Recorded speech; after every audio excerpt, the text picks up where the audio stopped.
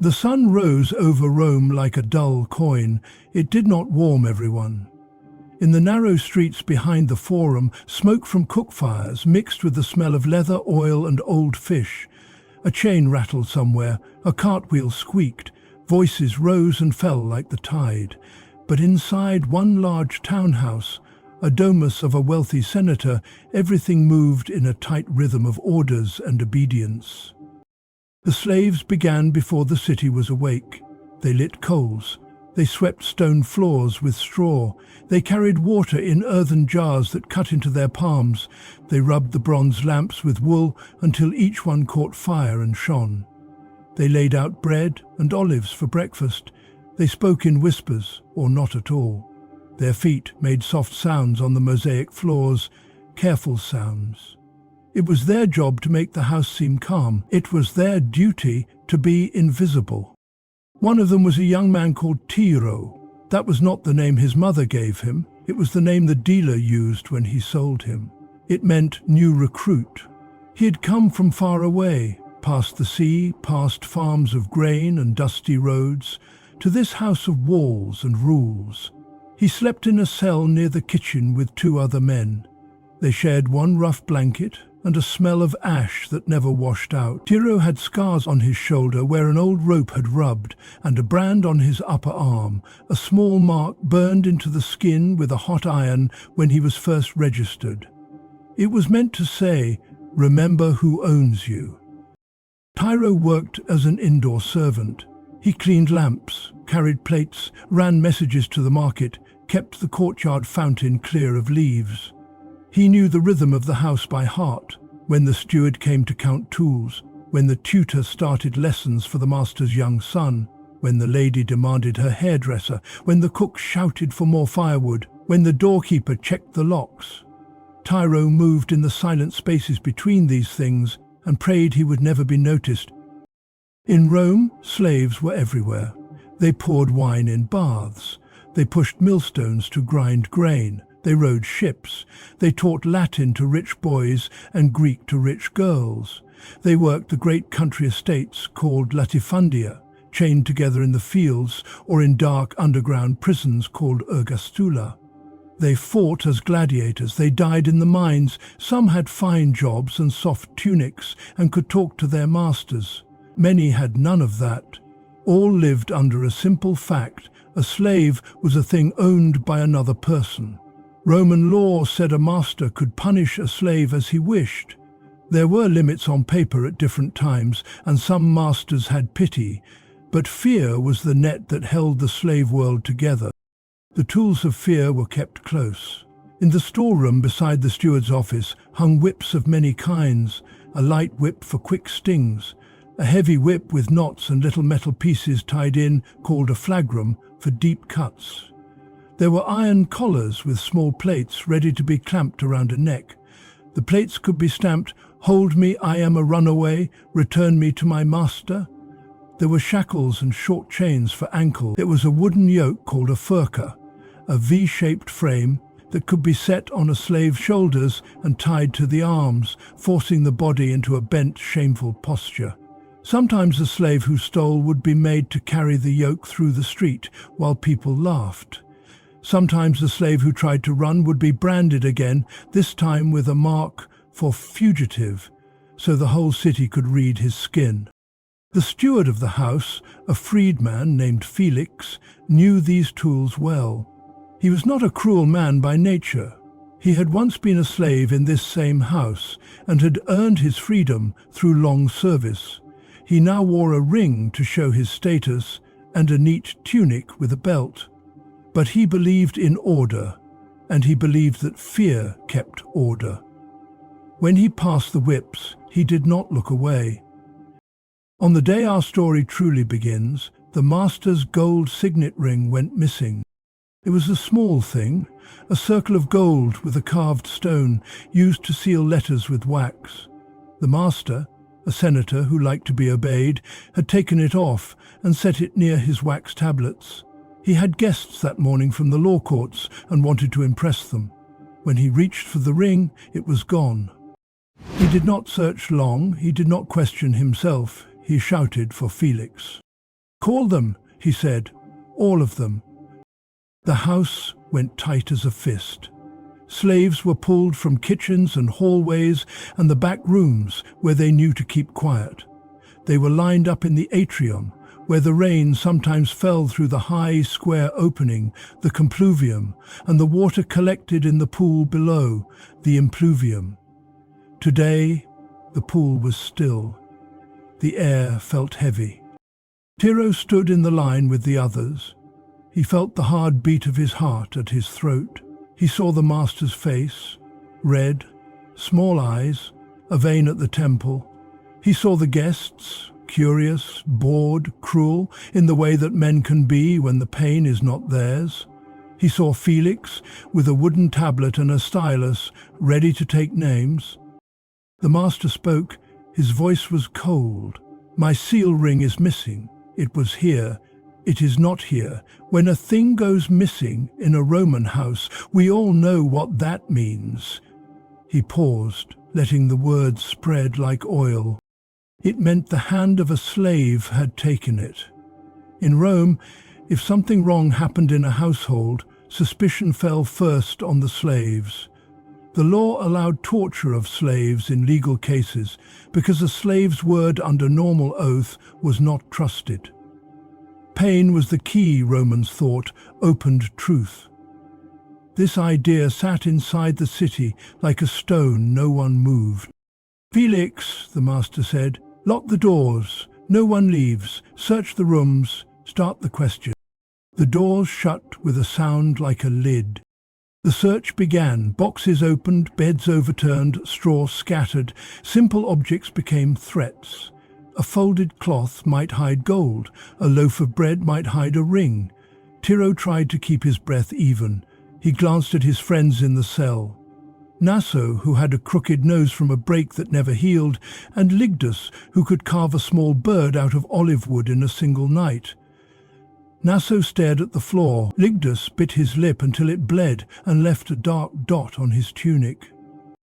The ring did not appear. The guests grew restless.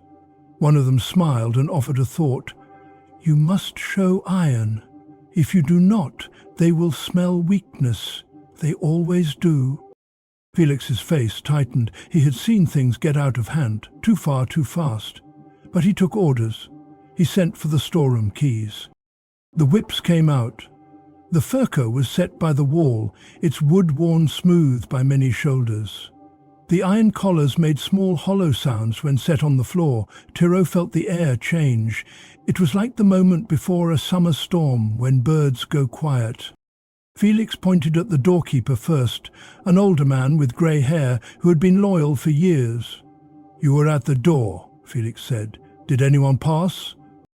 "No," the man said, eyes low. "Only the usual fruit seller, only the coal boy, only our own."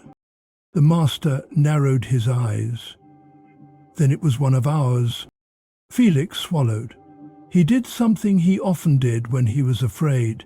He placed 2 fingers on the ring he himself wore, rubbing it like a charm. He gave a short nod to the 2 strong slaves who served as enforcers, men who were kept well fed because they handled other men. They stepped forward. The doorkeeper's tunic was pulled down from his shoulder. The first light whip struck. It is easy to write the words he was whipped. It is harder to stay in the moment with him. Harder to hear the sound the leather makes on skin. Harder to smell the sudden bright scent of blood as thin cuts open. Harder to see the way he tries not to cry out, because to cry out is to give them a gift, and then the body cries out anyway, because it is human. Tiro kept his eyes on a crack in the floor mosaic, one small broken piece of blue glass that did not lie flat. He felt his hands shake. He pressed them together to still them. He wanted to be small, smaller than the crack, smaller than air. One by one, the house slaves were questioned. Questions became orders. Orders became blows. A young boy was forced to carry the furca and walk the long length of the atrium while everyone watched. He stumbled. The V-shaped wood dug into his neck. The guests laughed softly, as if at a show. There was a rule in many Roman houses: if you confessed, the beating might stop. Some confessed to things they had not done. Some named others because the pain taught them to say whatever would make the pain end. This is what torture does. It does not produce truth. It produces words. Nasso's turn came. He had done nothing. He had been in the kitchen scraping a pot clean. He said so. It did not matter. He was questioned about his friends, his habits, his past. He was struck. He fell. He stood. He lost his breath. When the knots on the heavy whip found his back, he gasped like a fish. He said he did not know. He did not know. He did not know. Tiro wanted to shout. He wanted to say it was wrong. He wanted to step in front of his friend, to be the shield no one had ever been for him. But he stayed where he was, silent, still, a shadow painted on the wall. He knew what happened to slaves who tried to be brave, in the wrong way. Some were branded on the face. Some were sent to the mines, where men rarely came back. Some were crucified outside the city gates, hung on wooden crosses as warnings until the skin turned like leather in the sun. By midday, the atrium floor was marked with lines of blood that the water slaves tried to wash away as fast as they appeared. The master's mood darkened. He said the word many feared: mines. He said if the ring was not found, someone would be sent to the metalla, the metal mines, in Sardinia or Spain. The mines were like graves that moved. Men worked in narrow shafts, without light, breathing dust that turned their lungs to stone. A sentence to the mines was a slow death. Felix looked at Tiro then, not for any reason Tiro could see, except that Felix knew he was quiet and quick, and sometimes kept his eyes too low. "You," Felix said, "come here." Tiro stepped forward. His body felt far away, as if it belonged to another person. Felix asked where he had been at the hour the ring was set down. Tiro told the truth. He had been in the side room polishing a lamp. He had heard the master call for the tablets. He had heard footsteps. He had not seen the ring. The questions kept coming. Did he know anyone who had debts? Did he owe money himself to someone in the market? Had he been near the master's study when no one watched? Did he speak often with Ligdus, who carved birds for sale? Did he think Naso was brave or foolish? Did he dream of leaving this house? That last question stuck like a fishbone in the throat. No one asked that out loud. It was not safe to say the word freedom in the middle of a punishment day. Tiro kept his eyes on Felix's belt. "I do my work," he said. "I keep my head down." The heavy whip moved in the corner of his sight, not yet for him, but near enough to taste the fear it brought. It tasted like iron. Felix watched Tiro's face a long time. He made a mark on his tablet and stepped back. "Search his cell," he said. "Search all cells, again." They did. They found nothing. They found the same rag blanket, the same chipped jug, the same small wooden bird that Ligdus had carved, a thing of beauty in a place that did not welcome beauty. The bird was taken and thrown against a wall until it broke. Afternoon light slid through the opening in the ceiling and made a sharp rectangle on the floor. Dust moved in it like tiny stars. Time stretched. The master spoke with his guests about the law. They told a story about a man named Pedanius Secundus from years before, whose slaves were all put to death when he was murdered, because the Senate had said that when a master dies by a slave's hand, the whole household is guilty for not stopping it. 400 people killed to keep one rule clear: fear must be bigger than hope. The guests told this story the way men tell a war story, with pride, as if the city's strength were a thing that grew when others bled. Felix heard that story every year. It made him sick. In a secret place he kept walled off, but he nodded as if he agreed. This was what Rome was: order in public, pain in private. He wrote another note on his tablet. As evening neared, the cook came forward, trembling, and said he had heard something. The coal boy who had come in the morning had stopped by the study door too long. He had looked inside, curious, like a child at a temple. Maybe he had touched the table. Maybe he had seen the ring. Maybe. "Stop with your maybes," the master said. "Bring the boy." The coal boy was not a man of the house. He was a hired child from a poor family, used to carrying baskets of fuel. He was dragged into the atrium, still dirty from the street. His eyes were huge. He stank of smoke and sweat and fear. He swore he had done nothing. He cried when he saw the whips. He shook so hard he could not keep his feet.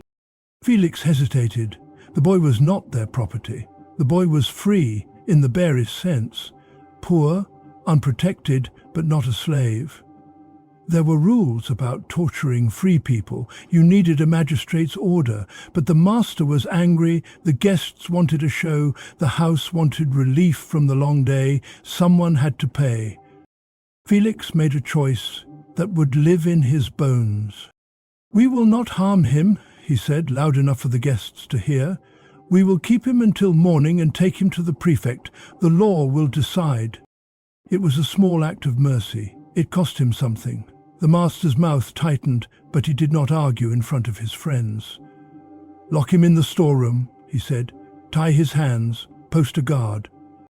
Tiro was sent with the guard. He led the boy past the hanging whips and the iron collars and the furka and the chains. The boy looked at each tool like a man looks at a cliff he is about to fall from. Tiro gave him a cup of water. Their fingers touched. The boy's hands were raw and burned from carrying hot baskets. Tiro saw his own hands in those hands. He set the cup down. He wanted to say, "I am sorry." He could not find any words that would matter. Back in the atrium, the master dismissed the guests with empty smiles and promises for dinner another time. The slaves were lined up again and warned, if the ring is not found by sunrise, the mines will have a new pair of hands. He left for his bath. Felix stood alone for a moment by the impluvium, staring at his reflection in the water. He saw the face of a man who had once been a boy, like that coal carrier. He saw the face of a man who had done things to survive. He thought of the ring. He thought of the laws. He thought of a thin line in his own chest that he tried not to step over. The line between hard order and cruelty. He felt that line shift under his feet. Night fell. The house went quiet, the way a forest goes quiet when hunters pass through. In the small cell, Tiro lay on the hard floor next to Naso and Ligdus. Naso's back oozed and stuck to the wool blanket. Ligdus stared at the ceiling and opened and closed his hand as if he still held the tiny wooden bird he had made and lost. No one slept. Tyro's mind ran in circles. He thought about the boy in the storeroom. He thought about the mines. He thought about his mother far away, whose face had blurred at the edges in his memory, like a painting left in rain. He thought about the ring. He pictured the table, the wax tablets, the empty space where gold had shone. He replayed every step of the morning. His mind caught on a detail. The tutor, the boy's Latin tutor, had been called to the study before the guests arrived. He had a soft way of walking and a habit of rubbing his thumb over the carved stone on the master's ring when he thought no one watched. He had once said that seals were keys to truth. Tiro had seen him say it. He had seen him smile when he said it, the sly smile of a man who loved clever things. A thought struck Tiro like cold water. What if the missing ring was not a crime of hunger or chance, but a choice made by someone who felt safe, someone who knew that when trouble came, it would not fall on him? Tiro sat up. The cell was dark. He could hear Naso breathe in small, sharp pulls. He could hear far off the soft clink of a chain as the coal boy turned on the storeroom floor. If Tiro kept quiet, morning would come. Someone would be named. Someone would be sent away in a chain. He might be spared, he might not. The house would go on. If he spoke, if he went to Felix now and said what he had seen, what he guessed, He might be whipped for daring to guess. He might be told that slaves do not think. He might be branded as a liar. He might make an enemy who had power over him. He stared into the dark until the dark felt like a weight. He pressed his palm to the old burn on his arm. The skin there was hard and shiny. It reminded him that silence did not save you forever. It only stretched time. He rose to his knees. The movement woke Ligdus. "What is it?" Ligdus whispered. "I think I know who touched the ring," Tyrrell whispered back. His voice shook. He swallowed. "And if I am wrong, they will break me for saying it." Ligdus turned his face toward the door. In the hallway, a guard yawned. A lamp hissed as oil ran low. Somewhere above, a drop of night rain fell through the open roof and hit the pool with a sound like a tiny bell. "What will you do?" Ligdus asked. Tyro looked at his hands. They were the hands of a man who cleaned lamps and carried water and made himself small. They were also the hands of a man. He closed them, opened them, closed them again. "I will go to Felix," he said, though the words felt like stepping off a high ledge into air. "I will tell him what I saw. I will tell him before the sun comes. I will tell him because if I don't, the boy goes to the mines. Or Neso, or me. Someone always goes. And if I am to be broken, let it be for trying to pull one person back from the edge." He stood. He took one step. He took another. At the cell door he paused. He thought of the tutor's sly smile. He thought of the master's cold eyes. He thought of the whips, the furka, the iron collars, the cross on the road outside the city where bodies sometimes swung in the wind like torn flags. He wondered if truth had any weight in a place built on fear. Then Tyrrell reached for the latch. Tyrrell slid the latch and stepped into the cold hallway. A lamp burned low in a clay dish. Its little flame bent when he walked by, as if even fire wished to hide. The guard at the end of the passage lifted his head, blinked, and then waved Tyrrell on after seeing the slave badge on his arm. Night in a Roman house was thin and full of listening. Felix was in the steward's office, bent over a tablet by lamplight. His ring winked on his hand as he wrote. He did not look up right away. When he did, his face showed the same tired mask Tyrrell had seen all day, the mask of a man holding a house together with thread. "What is it?" Felix asked, voice low. "If you want extra rations for the water carriers, ask in the morning." Tyrrell swallowed. "I have something to tell you. It may be nothing, it may be a mistake, but if I keep it, the boy in the storeroom might go to the mines." Felix's stylus stopped. He set it aside. "Speak." "The tutor," Tyrrell said. "He was in the study before the guests. He has a way of touching the master's ring, like it is a toy he owns. He calls seals keys to truth. I saw him near the tablets." He smiled. "I don't know that he took it, but I know he had the chance. And I know—" He paused. The next words were heavy. "I know pain is reaching for those who cannot fight it." Felix listened without moving. He rubbed his own ring once, twice, as if to remind himself who he had become. "You are saying you saw him steal?" "No," Tyrrell said quickly. "I am saying I saw him, in reach of the choice.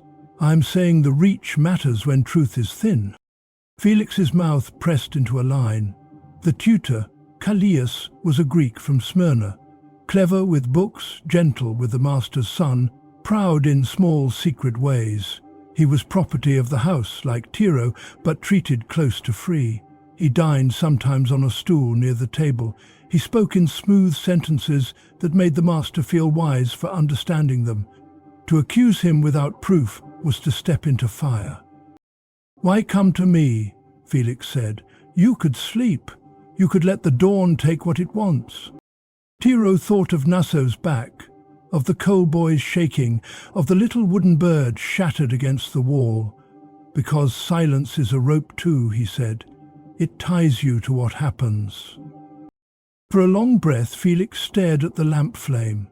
The room smelled of wax, old leather, and the sour tang of vinegar used to clean blood.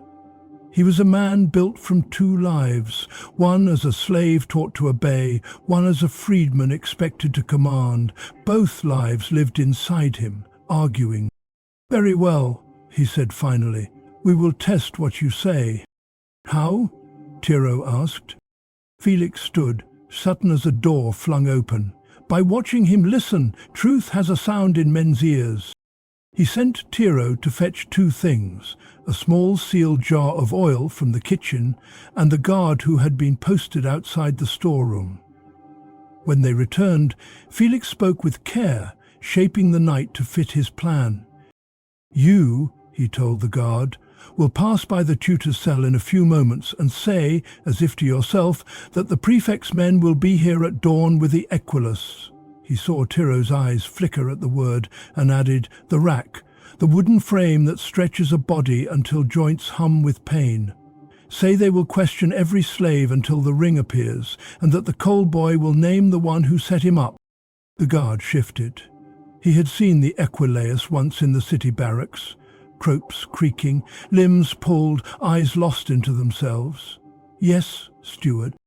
Felix turned to Tiro. "You will carry the lamp and oil, and walk behind him. You will not speak. You will watch." It was a brittle plan, made from a steward's knowledge of how fear travels through stone. Romans often tortured slaves to take testimony in court because they mistrusted their words, given freely. Pain, they said, made the tongue honest. It was a cruel lie told by men who feared being lied to, but even a lie can move other lies, like wind on sand. Felix meant to let fear blow and then see where the smooth surface broke. They went into the sleeping wing. The tutor's cell was better than most. A small wooden chest for clothes, a shelf with little wax tablets, and a roll of Homer in Greek letters, a straw mat raised on slats. Callias lay wrapped in a blanket, but Tiro could see from the stillness of his shoulders that he was awake.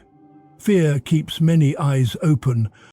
The guard walked by with a soldier's careless hum. "Urban prefect's men at dawn," he muttered, as if to himself. "Bringing the rack. They'll warm the irons too. The coal boy will talk. They always talk when they see the ropes. He'll give the name. He'll save himself." He did not stop. He did not look into the cell. He kept walking. Tiro followed, lamp low, then paused at a shadowed pillar and turned his head back just enough to see. Callias had not moved during the guard's words, but now his hands slid, quick and small under his mat, to the place where a man keeps the last thing he needs close. His fingers felt for something. They did not find it. They felt again. They found. He held whatever it was for a breath, then pulled his hand away. Too smooth, too ordinary. He turned to the wall and curled tighter, as if the cold had suddenly grown teeth. Tiro's stomach tightened. He could not see what the hand had touched. He did not need to. He returned to Felix and told him exactly what he had seen. The words reached him. "He didn't fear for us. He feared for himself. There is something under his mask." Felix's jaw worked. He had hoped the night would not point in this direction. A part of him had wanted Tiro to be wrong, because then the house's cruelty would be a blind storm and not a hand holding a knife. But if the tutor had taken the ring, if he had hidden it and let the day flood others with pain, then a different kind of line had been crossed. "Wake two men you trust," Felix told the guard, quietly, no noise. They returned with the enforcers, heavy-shouldered and grim. Felix went to the tutor's door and knocked as softly as rain. "Callias," he said, voice polite, almost kind. "Rise a moment." Inside, a breath wavered. Blankets rustled. The door opened.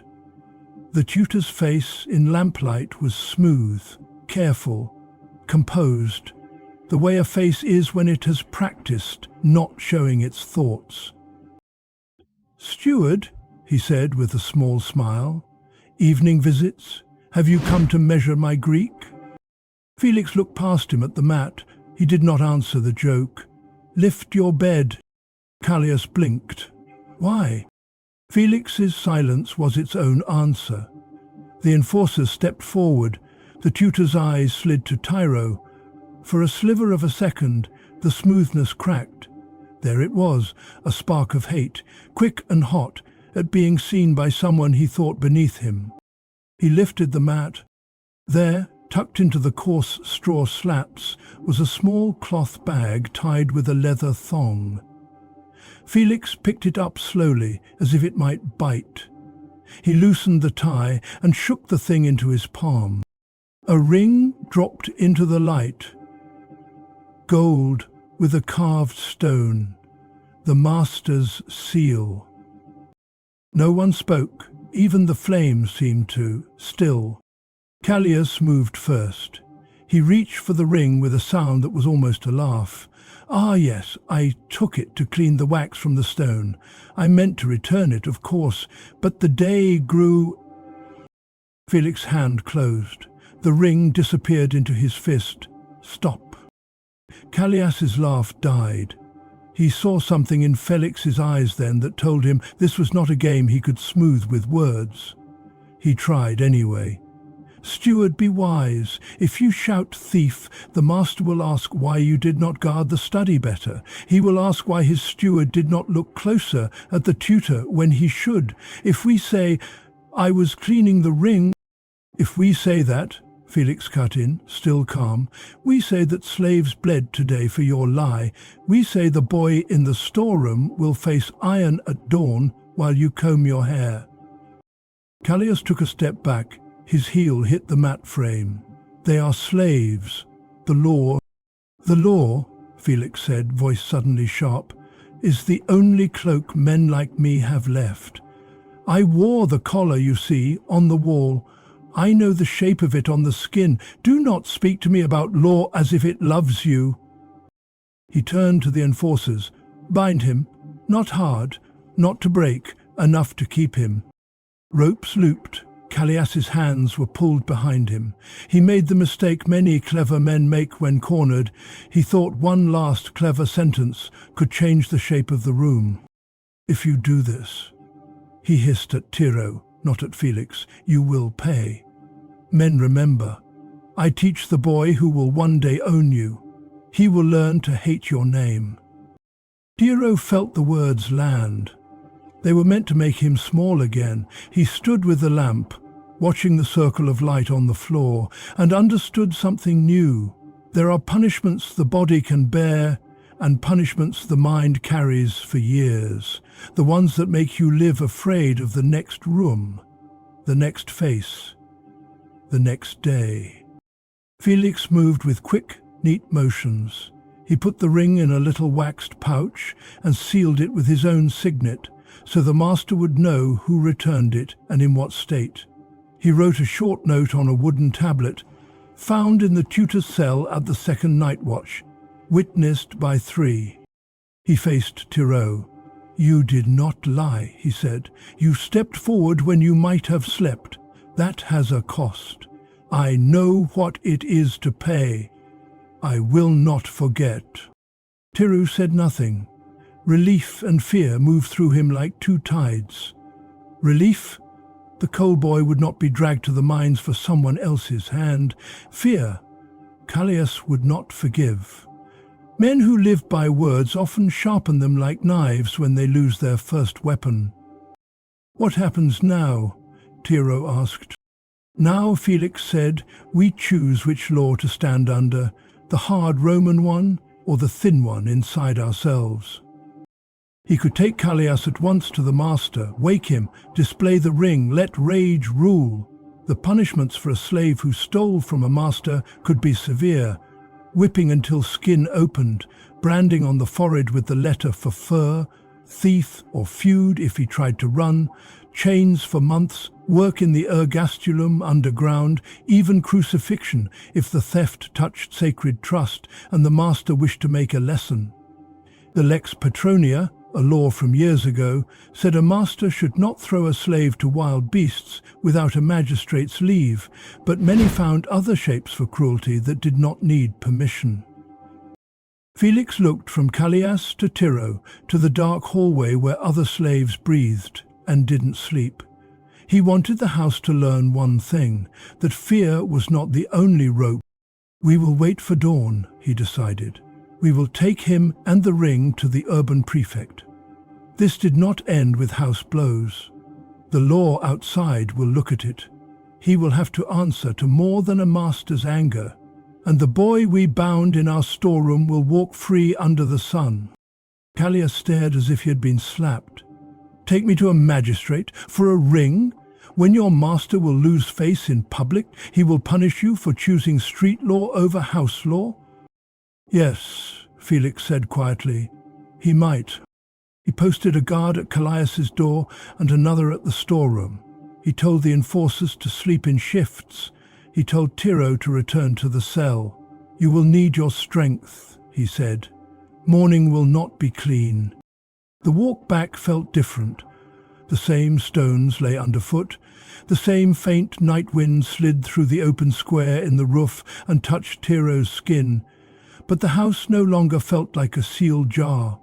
It felt like a road, with a hard hill ahead. In the cell, Naso lifted an elbow and winced. "Well?"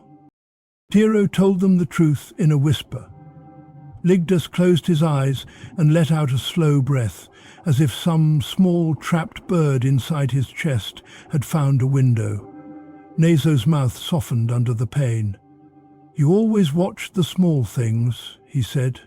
"They saved us tonight." Tiro shook his head. "They saved the boy. We are not saved. Not yet."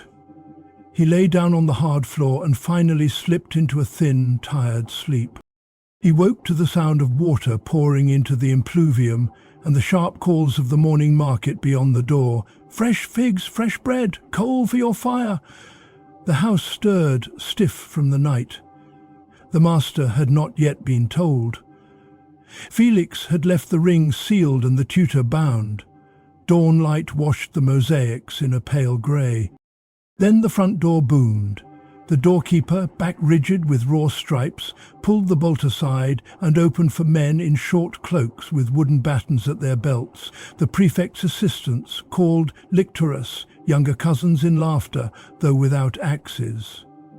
Behind them, 2 soldiers from the watch. Felix had sent a runner before sunrise. They had come quickly, which meant the city had been quiet, and the prefect had time for house troubles. The master appeared in the atrium in a fine morning tunic, hair still damp from a quick wash. He saw the men, and his frown drew tight lines from nose to mouth. "Felix, explain." Felix stepped forward with the sealed pouch in both hands, like a priest carrying a small sacred thing. He spoke clearly, ready to be struck by anger. "Master, your ring was found before midnight in the tutor's cell, bound in his bedding, witnessed by 3. I kept the ring sealed to show no hand touched it again. I summoned the prefect's officers so the matter would be judged cleanly, with no rumour that the house punished without measure. If I erred, I accept the rod." Silence held. The master stared at the pouch, at Felix, at the officers. His gaze slid to the watching slaves. This was the wound Felix had chosen to give him, the scrape of public eyes on a private shame. In Rome, honour was a coat a man wore in the street. If it was stained where others could see, his voice shrank for a time. He hated that feeling. The prefect's assistant bowed slightly. "We are at your service, Senator. But a ring is a sign of seal. It touches law and letters. We will take testimony." The master controlled himself with a swallow. "Bring the tutor," he said. "Bring the curl boy, and bring—" He looked at Tyrrell as if his attention had just now found the ripple beneath the surface. "Bring the slave who spoke in the night."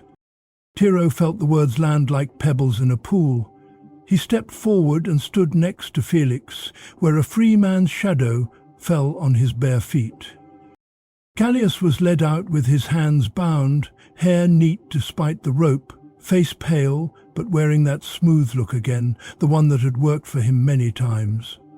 The coal boy shuffled in from the storeroom, wrists still corded where the tie had been. He blinked at the sudden light like a small animal dragged into open ground. He saw Tiro, and in his eyes there was a question and a soft thanks mixed together. The assistant set out the plain tools of a city hearing, a tablet and stylus for notes, a small box for seals, a leather strap with a hook, symbol only, not yet used. "We are not in the court," he said, "but we serve the same truth. Speak as if you swore on your gods." Felix broke his own wax seal on the pouch, tipped the ring into the officer's hand, and told the story in tight lines. The loss, the search, the blows, the guard's words, the hand under the mat, the find. He did not spare the house. He said whips and blood without flinching, like a man laying out tools on a bench and naming each. Callias answered with smoothness as expected. "I took the ring to clean the wax. I hid it so it would not be knocked aside at night. I forgot to return it because of the day's rush. If there was pain, I grieve it. But no theft was meant." The assistant turned to Tiro. Did you see him take it?" "No," Tiro said. "I saw him near it. I saw his hand search the hiding place when he heard the word rack. I saw fear choose him." The assistant watched Tiro a moment longer than he watched the others. There is a kind of steady in a man's voice when he has not swapped truth for comfort. It does not prove, but it weighs. The coal boy was asked last. His answers were plain. He had looked in at the study door like a fool. He had seen the table and the tablets. He had not touched the ring. He said he was sorry for standing where he shouldn't. The assistant nodded. He turned to the master. "Under our ways, a slave who steals may be whipped, branded, chained, sent to the ergastulum or to the mines, or, if the master and a magistrate agree, crucified. But when the stolen thing is a seal that could touch public business, we mark the act as heavier. We can also question under torment to settle doubt." His eyes moved briefly, unhappily, to the coal boy. "But we should not use the rack for a child, or to ease a house's shame." He folded his hands. "Do you want the city to judge fully, Senator? Or will you take the ring back and pass internal sentence, stating to us that the thief will not be killed?" The master held two desires like two hot coals: to hide the house's stain by taking the matter back inside, and to strike hard enough that every slave would remember the pain in their bones when they thought of reaching again. He also felt the new sting, that a slave Tiro had stepped into the path of events and bent them. Masters like to believe only they bend things. "Return the ring," he said finally, through teeth. "We will punish within. The city may witness that the thief will not die." Felix's shoulders eased a finger thick. The coal boy's knees wobbled and then straightened. Callias let out the softest breath, the kind a man releases when he believes the worst cliff has shrunk. He misunderstood. Death was only one kind of cliff. The master faced the row of watching slaves. "Hear this," he said, voice cold as iron. "This house was shamed by one who wore our trust like cloth. He will be marked, he will be chained, he will know a season in the ergastulum where the sun is a rumour. He will carry the furka through the street so that others who dream will wake. If he runs, he will be branded fug on the forehead, so strangers can read his skin. If he speaks against the house again, I will ask the magistrate for the cross." He turned to Callias. "As for you, tutor who loved clever words, now learn the heavy ones." Two men brought out the iron collar with a small plate. Felix read the stamped line aloud because the law liked words to be spoken before metal kissed skin. "Hold me, lest I flee, and return me to the house of Marcus Valerius." The plate was cold, the collar closed with a hinge and a pin. A thin chain was added, not long enough to feel like a rope, not short enough to forget. The enforcers fetched the furka. the wooden yoke worn across shoulders with the arms tied to its arms. Callias was fitted into it, his neck bent, his back curved. His pride had to find a new shape or break. Felix looked at Tiro. There was warning in his eyes, and something else. A hard, quiet respect. "Go with the water boys," he said softly. "Wash the blood before the city's heat brings flies. Keep your head low today. You did right. That will make eyes look at you. Let them look at stone." As Tiro turned to go, the master's voice caught him like a hook. "Not you," he said. "Not yet. You will walk behind the tutor when he carries the yoke. You will watch. You will learn what happens to hands that reach where they should not. And you will remember who decides the weight of pain in this house." Tiro bowed. His stomach tightened, but his face was still. He had seen enough to know that sometimes the worst punishment is being made to stare at another man's suffering until it stains your sleep. He would carry that stain.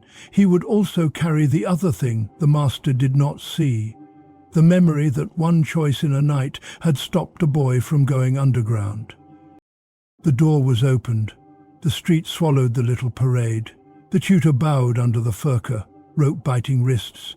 Two enforcers flanking, the steward walking straight with the seal ring returned to its owner. Tiro behind, eyes open to learn and to remember. Market women paused with baskets on hips. A mule snorted, children pointed. A fruit seller muttered, "Thief," and spat.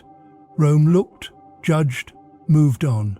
It had seen such things since before Tiro was born and would see them long after. The city stones were used to tears. As they turned toward the Subura, where narrow lanes choked on day heat, Felix drew close to Tiro without seeming to. "Listen," he said, his lips hardly moving. The master's anger cooled because the city watched. Tomorrow his anger will remember your face. You will keep your work perfect. You will speak only what is needed. If he seeks a reason to strike, you will give him none. Do you understand?" "Yes," Tiro said. "And if the tutor breathes poison at you behind his teeth," Felix added, "swallow none of it. Hate is another man's chain." They walked. The tutor stumbled once, and the furka struck his collarbone. He hissed and almost fell. Tiro flinched, not from pity alone, but from the knowledge that this could have been Naso, could have been himself, could have been the coal boy whose fingers still shook when he lifted water to his lips. They reached the end of the block, where a small shrine to crossroads spirits stood, 4 faces on one stone, looking north, south, east, west. People tied little offerings there to keep bad things from traveling. Felix stopped the group for a breath and touched the stone with his fingertips. He did not pray aloud. He pressed his palm flat and then set it at his side like a man who had folded a thought away. "Back," he said. "No more show, the point is made." On the return, Tiro let his eyes learn other tools of fear that Rome kept near. He saw a cross being raised outside the Esquiline gate, ready for a man the law would kill. He saw a slave with a brand on his forehead. His field and the way people glanced at him and then looked away as if refusing to catch the mark with their eyes. He saw a chain gang from a country estate being marched through the city, ankles linked, overseas rod tapping time. He heard a seller shout of cheap iron collars for runaways and lovers, and the crowd's mean little laugh. When they came back to the house, the master dismissed the men and sent Callias to the ergastulum below the storage rooms, a low stone chamber with barred slits for air and a single bucket for filth. The furka was removed there and set on a hook, ready for the next back. The collar stayed. Felix took the ring to the master's study and set it where it had first lain, beside the wax tablets, quietly, like a doctor laying a bone back where it belonged. He waited for the blow that might come for choosing the prefect over private rage. It did not come then. Punishments in Rome often came not at once, but later, when the sting would confuse the mind that asked, why? By noon, the house's rhythm returned, a little broken, a little sharp, but moving. Bread was sliced, olives set, water carried, lamps trimmed. The master took visitors again, and on his finger the seal shone as if it had never been gone. In the kitchen, Naso cut slices of cheese, each the exact width of the steward's thumb as ordered. Ligdas swept and hummed a tune he used to carve by, a tune about a bird whose wings were wood. The coal boy sat in the courtyard, free, rubbing at the rope marks on his wrists with oil that Tyro had stolen. A small, defiant theft that would leave no mark and do some good. "Publicus here, did you help me?" the boy asked without looking up. Tiro wiped the rim of the oil jar with his thumb. "Because once, a long time ago, someone gave me a sip of water when my mouth was dust," he said. "I think I am still paying it back." The boy nodded. He said nothing more. Sometimes the kindest thanks in Rome was silence that did not ask for more than a man could give. That night, as darkness slid into the corners again, Tiro lay on the floor and felt the day moving through him. He had stepped toward the steward with a truth that trembled. He had watched a man he disliked suffer. He had kept a boy from the mines. He had earned a place in the master's eye that might burn him later. All these things could be true at once. Life in Rome taught you to hold many sharp truths at the same time without cutting your hands. He turned his face toward the sound of the courtyard fountain and thought of bigger storms. He had heard whispers all his life, the name Spartacus, the slave war long ago that had made the city choke with fear, the crosses lining the Appian Way with bodies like punctuation marks made of men. The stories were used as warnings, do not dream too high. But there was another way to hear them, quiet and private. You are not the first to ask if a life can be more than this. In the dark, a different question rose, simple and heavy. The tutor had stolen because he felt safe. The master had punished because he had to show control. The city had watched because that is what cities do. But what would happen when a master's anger cooled and looked for a new place to land? Where would it find purchase? Felix's voice from earlier came back to him. Tomorrow his anger will remember your face. And then another thought, softer but sharp as a needle, if the master chose to move that anger toward him, toward Tiro. What tool would he use first? The whip? The collar? The mines? The cross? Or something worse still, the slow, grinding kind of punishment that takes a man's hope and turns it into dust he sweeps from someone else's floor. The lamp guttered. A drop of night rain fell through the open roof and hit the pool with a sound like a tiny bell. Morning broke clean, but the house was not. Pain leaves a film you cannot wash away. The courtyard fountain ran, and still the air tasted of iron and vinegar. Orders moved like knives. Everyone worked a little faster, spoke a little less, and watched a little more. The master did not raise his voice that day. He did not have to. He walked through rooms like a winter wind that made fires burn lower. He looked at people the way a hawk looks at a field, measuring, choosing, remembering. When his eyes slid over Tiro, they did not stop long, but they stopped. That was enough. Felix gave Tiro the kind of task that kept him near doors and out of corners where anger hides. Water the plants in the peristyle, the steward said. Scrape the soot from lamp bowls. Carry oil to the storeroom. Simple things, page after page of a book you do not want to read but must. By the second hour, a new order came from the master. Take food to the ergastulum. The ergastulum lay under the storage rooms, low, damp, with slots for air near the ceiling and a smell that never left your clothes. Chains clinked there without moving, the stairs down bent like a broken finger. Tiro knew every step. He had scrubbed them before with salt and sour wine after punishments. Today he carried a tray with barley porridge, a little garlic, a jar of water, and a small clay lamp. The guard went before him with keys that chattered softly. Inside, Callias sat on a plank bench with the iron collar still on, chain looped to a ring in the wall. His hair had fallen loose from its careful tie. He looked smaller in this room, as if the space itself pressed men down. Tiro set the tray on the floor and stepped back. He kept his face plain.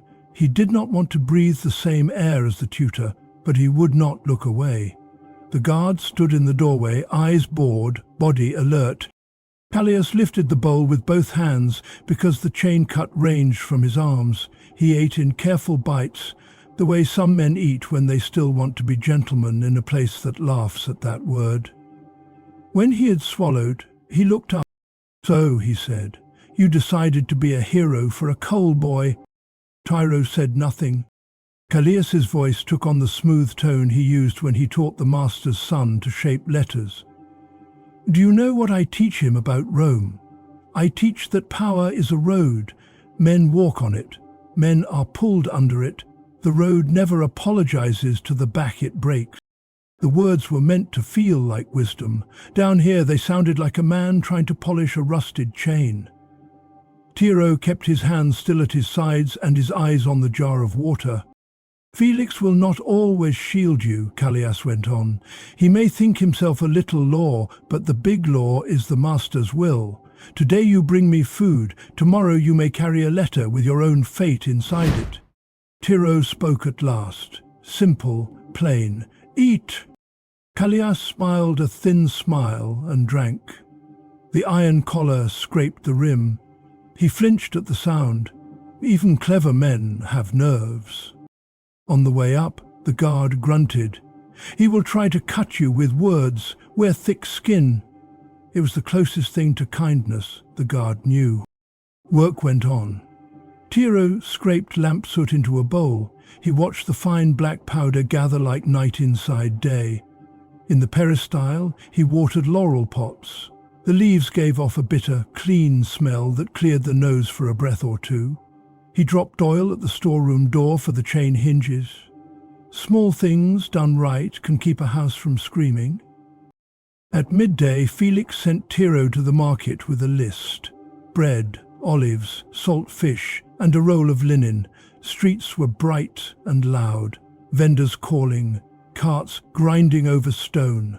The shock of sunlight after the house's cool shade. The Subura steamed with heat and life. Children ran, dogs nosed. A mule flicked flies from its flank. As he passed the Forum Boreum, Tiro saw a crowd gathered by a wooden frame. A man hung by his wrists with a rope looped over a beam. A thief, the word passed. Not a slave, but poor and close enough to the ground that the law could treat him like one. A lictor's assistant showed a whip with 3 thongs, each knotted at the end. The crowd leaned in the way people do when the city offers its cruel theatre. 2 boys stood on a block to see better and made the faces boys make when they want to feel big. Tiro stopped at the edge. He did not watch to feed himself on another's pain. He watched because Rome made you look. The whip struck. The sound was a quick slap, then another, like rain with bones. The man's mouth opened, but the rope bit sound away. The assistant counted, numbers as steps to an end. Tiro's stomach pulled tight. He stepped back.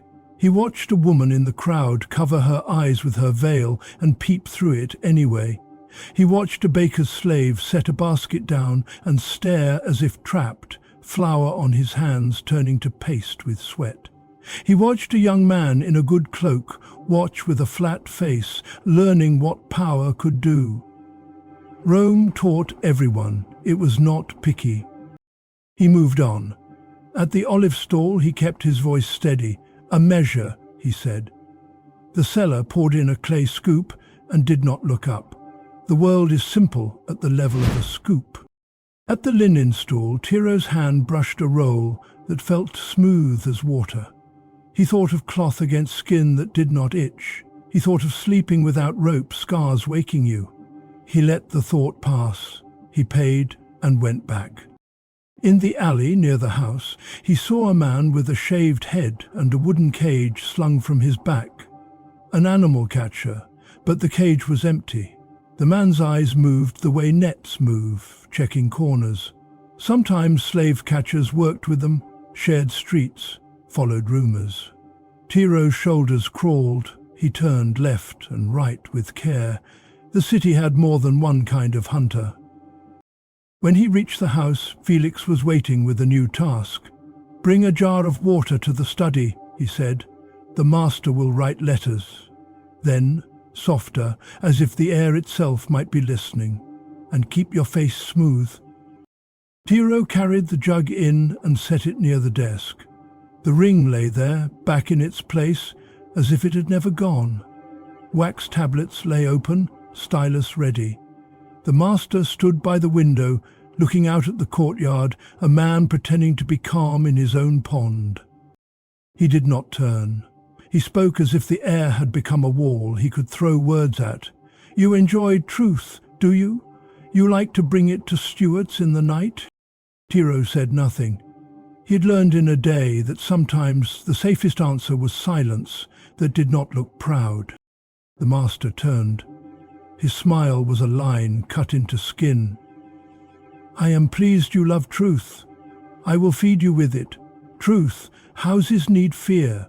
Truth, men who make me lose face will pay in time. Truth, a slave who thinks makes a worse sound under a whip than one who does not. It is a high sound, like a bird breaking." He stepped close. The ring caught light. "You will go where your hands remember their place. After the harvest, I will send a group to my country estate. The fields need backs. The overseer needs new eyes and a pair of legs he trusts to run messages. You will go with them." A country estate. Latifundium, the word opened like a pit. Tiro had heard the stories all his life. Rows of chained men pushing hoes through dry soil, iron collars that never came off. Ergastula under earth where day did not enter. Overseers with rods in their hands and wine in their breath. Men sleeping on planks, men forgetting their own names and answering to boy until the word fitted them like a suit they could not take off. Tiro bowed. "As you command." "Good," the master said, as if granting a favor. "Until then, work. Work carefully. Work without talk." He waved Tiro away the way he would wave smoke. Tiro left the room and walked to the kitchen on legs that felt made of pipe clay. Naso was there, moving slow because his back still sang from the whip. Ligdus carved a new small bird from a scrap of olive wood with the stubbornness of a man who refuses to let his hands belong to pain. The coal boy sat near the door, staring at light on the floor like a cat. Tiro told them the news in 3 words. "He sends me." Silence. Then Ligdus made a little sound that could have been a laugh if laughter had no joy. "He means to bury you in wheat." Naso set down the knife. "You will need a thick cloth for your shoulders. The hose eat skin." He swallowed. "And a friend." The friend was Felix. That night, when the house quieted, the steward came to the cell with a small wax tablet and a blunt stylus. He set them on the floor between the 3 men and sat with his back to the wall like a tired tree. "Listen," he said. "I was sent to the fields once. I came back because someone taught me to count and write. An overseer likes a slave who can tally baskets and copy notes. It makes his days smoother and his rod lighter. If you can scratch numbers and letters, you can change how some blows fall." He handed the stylus to Tiro. "Make an eye."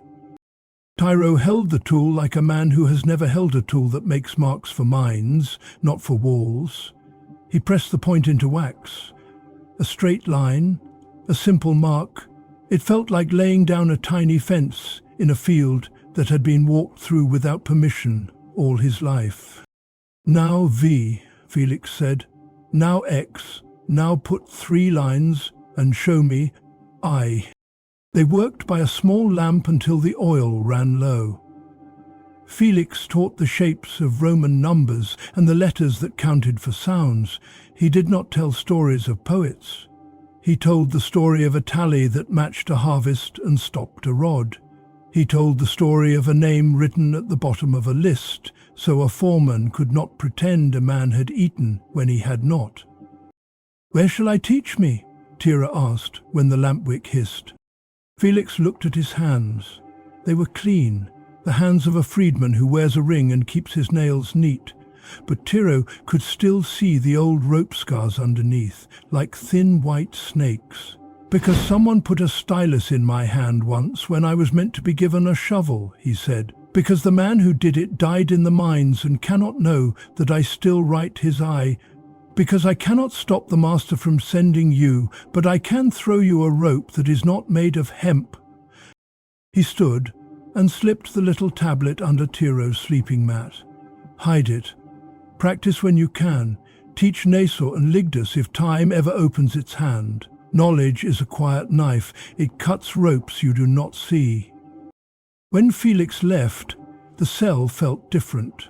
Same rough wall, same smell of ash, same hard floor, but under Tiro's mat lay a small square of wax that hummed with a strange power.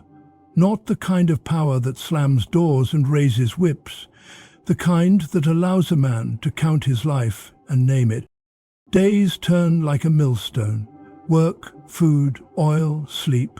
Tiro carried trays to the ergastulum and learned to keep his face calm when Callias tried to pour poison with his talk. He copied numbers for Felix in the afternoon and learned to shape his hand to the straight Roman letters. He watched the master as a rabbit watches a hawk's shadow. He made no mistakes large enough to be used as hooks. Outside, Rome kept punishing and laughing and living. Tyrrell saw a man with fug branded on his forehead buy figs with a little coin cup and hold his head like a broken pot glued back together. He saw a crucifixion outside the Esquiline gate, 2 men and a woman, the woman tied rather than nailed, eyes shut tight against a world that would not shut with her. He heard a baker shout that his shop had burned, and the city guessed at slaves and torches and old grudges. He heard the ecululus creak in the barracks yard and turned away before his stomach emptied itself. But he also saw small bravery. A mother slip a heel of bread to a chained man and look the other way when he took it. A water seller pour an extra half cup for the coal boy and charge no coin. An old freedwoman press a bit of wool into Nasso's hand for his back and say, "My father was a slave, we lived." These things were birds' bones, thin and light, but they held shape. One evening, a rumor ran through the house with quick feet. The master would make an example of a runaway from a neighbour's estate who had been caught near the Subura. The neighbour begged a place in the courtyard for a display. The master agreed. Men like to lend each other fear the way they lend cups of wine. The runaway was brought in at dusk, wrists tied, ankles raw, eyes empty in a way that is worse than fear.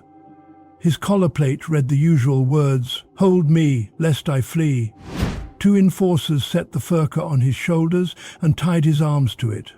The neighbour stood with his chin high, pretending not to enjoy the sight of humiliation he called lesson.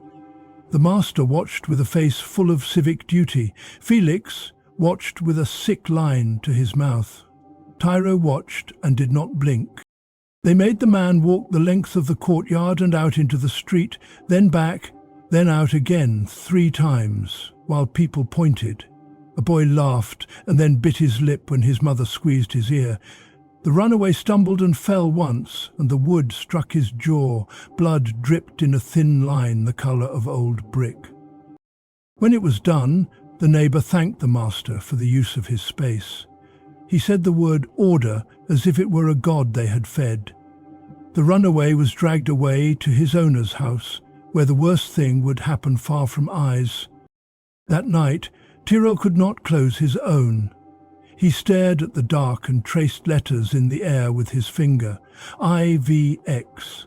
He whispered numbers to himself, as if counting could hold the world still. He thought of the road to the country estate. He thought of the earth swallowing men's names. He thought of Felix's old scars and new ring and the small square of wax under his mat. Then the next thing went wrong. Sometime after midnight, a soft cry came from near the storerooms. The thin sound of a boy's fear pulled tight. Tiro sat up. Nasal turned and hissed as his back objected. Ligdus held his breath. The cry came again, then stopped as a hand covered a mouth. Footsteps, a door, a muffled scuffle. Then quiet, the way a knife is quiet when it is sheathed. Tiro stood. He slid the latch. He moved down the hall with the kind of care a man uses when he has no armor but silence. At the corner he saw a shadow pass, the shape of a person moving with sneaky practice, heading toward the back gate where coal and supplies came and went. A small shape followed, pulled by the arm. The coal boy. Tiro recognized the walk of the one who led him.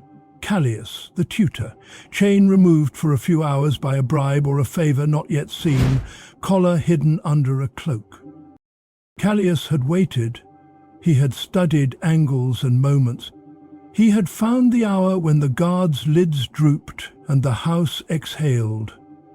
He had cut a sliver hole in the night and was pushing through it with a hostage to buy his way out. Tiro's heart went loud. His mind made fast lines. If Callias made it to the alley with the boy, he could slip down a cut between houses, lose the chain in a smith shop for a coin, and be gone. If the house woke to escape, the master's rage would be a wave, and the nearest shore would be Tiro. "You set this," the master would say, because anger looks for a face it already knows. Tiro had no rod, no chain, no warrant from the city, no strength to wrestle a man who would claw and bite to be free. He had only the thin tools he carried, eyes, breath, and the small coil of courage a day had not burned away. He stepped out of the shadow and spoke one word in a voice not loud but sharp enough to cut wool. Felix. The steward was not near, but his name was a bell in this house. It travelled, it woke. It peeled back covers from men who slept with one ear open. It made guards grab keys. It made a master sit up in his bed and feel something slip that he thought he had tied tight. Callias jerked. The boy twisted and bit his hand. The cloak slipped.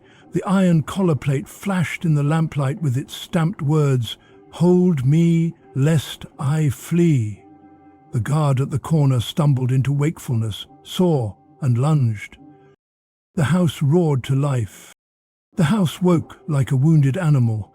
Doors slammed, sandaled feet hit stone. The guard's keys clattered a warning that ran ahead of him like thrown pebbles. From the storerooms to the kitchen, lamps flared and shook as hands lit them too fast. Callias shoved the coal boy toward the back gate, eyes fire-bright in the lamplight, iron collar plate glinting under the cloak. The boy stumbled, heels scraping, breath coming in short, frightened bursts. The tutor hissed between his teeth. "Quiet." Tiro moved the way a man moves through tall grass with a snake in it. Slow, sure, without sudden shows of fear. "Let him go," he said, keeping his voice level. "There are easier trades than carrying a child into an alley at night." Callias's mouth twisted. "You liked truth yesterday," he said. "Here is some for you. A boy buys silence better than coin. I walk out with him, I walk clean. No one will risk his blood for a slave with a chain." A guard rushed. Callias yanked the boy across his body like a shield. The guard stopped, teeth bared. The house held its breath. Then Felix came. Sleep smell still on him, but mind already sharp. He took in the scene like a book. He only needed to see once to know by heart. The boy's pale face, the iron flashing under the cloak. The back gate cracked. The tutor's eyes, wide and bright, with that hard kind of fear that has already cut off shame. Felix did not shout, he did not run. He spoke with a steady weight that pulled the room back from the edge. "Callias," he said, "put the boy behind you and face me. You know what the law is when a slave threatens a free child." Callias bared his teeth. "He is not your son." "No," Felix said. "He could be the city's. That will be enough." He took 2 slow steps forward and set his ringed hand flat against his own chest. "Listen to me. You love clever paths. Here is the clean one. I open the back gate. I walk out first. You follow without the boy. We go to the prefect. You say what you stole and why. You say who cut your chain. You keep your life and lose your days to the mines, or you try to force the gate with him, and you hang at dawn. There is no third shape here." Callias's eyes flicked to the guard, to Tiro, to the gate, to the boy's face. His whole body trembled with the strain of wanting 2 impossible things at once, freedom and no cost. He tightened his grip. "You would let me run," he said, voice thin with disbelief. "I would walk you into daylight where many eyes will see," Felix answered. "It will save the boy's skin and the house's soul. It will not save yours, but it will save your breath." The tutor laughed a small, empty laugh. "The mines? You hate me enough for that?" Felix's face did something slow and pained. "I do not hate you. I hate what you made other backs stand under, so yours would not bow. Do not ask me to praise you for the same cleverness again, with a child in your hand." The coal boy found Tiro's eye and held it like a plank holds a drowning man. Tiro did the only thing that made sense at the bottom of his fear.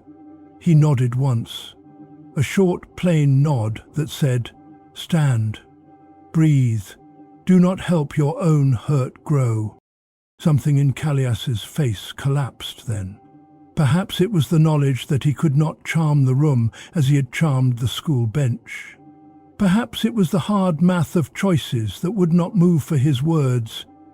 He shoved the boy away and jumped for the gate. Felix had already moved. The steward's hand shot to the iron latch. With one twist he slammed the bolt into place so hard the bar sang. Callias's shoulder hit wood. The sound was a dull thud followed by a hiss of pain. The guard lunged, the cloak ripped, the iron collar plate flashed again. "Hold me, lest I flee." The guard's baton came down on Callias's wrist. The tutor's hand opened without permission, and the knife he had hidden in the sleeve, small kitchen steel, rang a thin note on stone. 3 heartbeats later, it was over. Callias was face down, arms wrenched behind him, rope biting deep. The coal boy slid down the wall and sat hard, chest heaving, eyes shining with the shock that comes when the world gives you back your skin. Felix stood over them all, breathing like a man who has outrun a fire. "Wake the master," he said, still calm. "Tell him the house sleeps again." The master came fast, hair wild, tunic thrown on crooked, fury like heat rolling off his skin. He looked at the boy, the tutor, Felix Tiro. His throat worked around words he could have said. Crucify, brand, flog, example, order. He swallowed them and spat other ones. "To the ergastulum," he said. "Double chains. No food until sunset. Send a runner to the prefect. A charge of attempted escape and assault by knife. We would ask leave for the cross." Felix's face did not change. "The boy is safe," he said. The master's head snapped. "You woke the house to tell me duty? You will not teach me duty in my own walls." "It was not that," Felix said.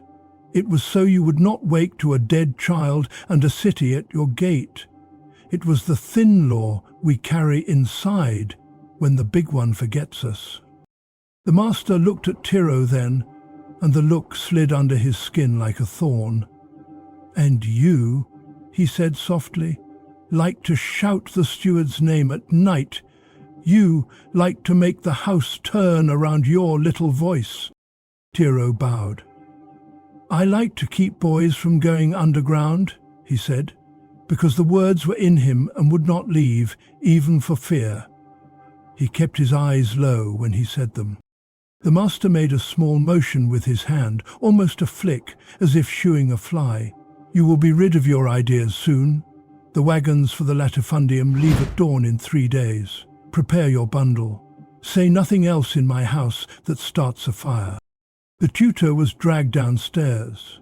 The coal boy was led to the kitchen, where a woman put a cup with honey to his lips and told him to drink and swallow and drink again. The back gate was checked 3 times and sealed with new wax. The house breathed out, then in, then began the day, like a man who has been slapped and will not touch his own cheek to see how red it has become. Before sunrise, the prefect's assistant came again. He listened, looked at the knife, the boy, the rope marks, the latch bent from the blow. He wrote on a tablet and shook his head at the master's request. "The city can allow the cross when a slave kills a master or when the crime is a violent public offence," he said. "This was contained. You may brand him thug and send him to the mines. The law will be served." The master's jaw set. He wanted the tall wood and the eyes of the street. He settled for iron and a ship to Sardinia. Callias heard the news with the flat face of a man who has dropped through every floor and met the cellar. He looked at Tiro through the bars and said nothing. Perhaps there were no words left in him that did what he wanted words to do. By afternoon, the chainsmith arrived with his box of rings and pins. The brand iron lay in a small brazier until it glowed the colour of a sunset you remember for the wrong reason. The plate was ready, thug. 3 letters, 3 lines that would live on a man's brow longer than his breath. Felix watched, jaw tight, eyes set. He could not stop it. He could make it clean. "Hold him," the smith said.